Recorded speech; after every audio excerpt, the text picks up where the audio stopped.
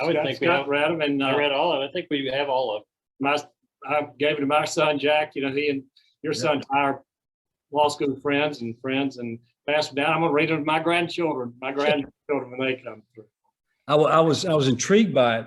It came out. This one came out, and by the way, there are 2, 4, 6, 8, 20 of them, I guess. And there's and then the Chip Hilton series. The book came out in 1949 by Grosset and Dunlap Incorporated. Here's the dedication.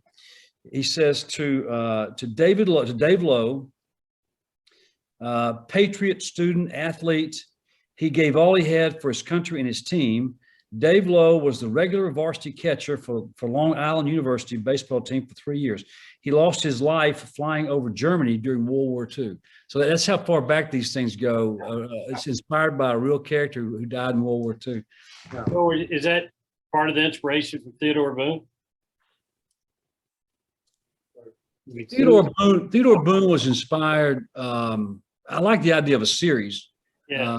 Because once you get the kids hooked on a series, you can, they'll read all of them. Their parents will buy all of them to satisfy the bookstores and the writers.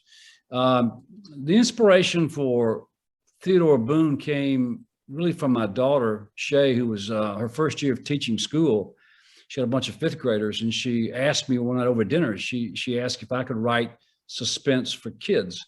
I never thought about it. She said she was having a hard time finding good suspense for kids. There are plenty of other books for kids, historical fiction and fantasy and, plenty of books. But she was trying to find suspense. And I took that as a challenge. And that's where Theodore Boone came from.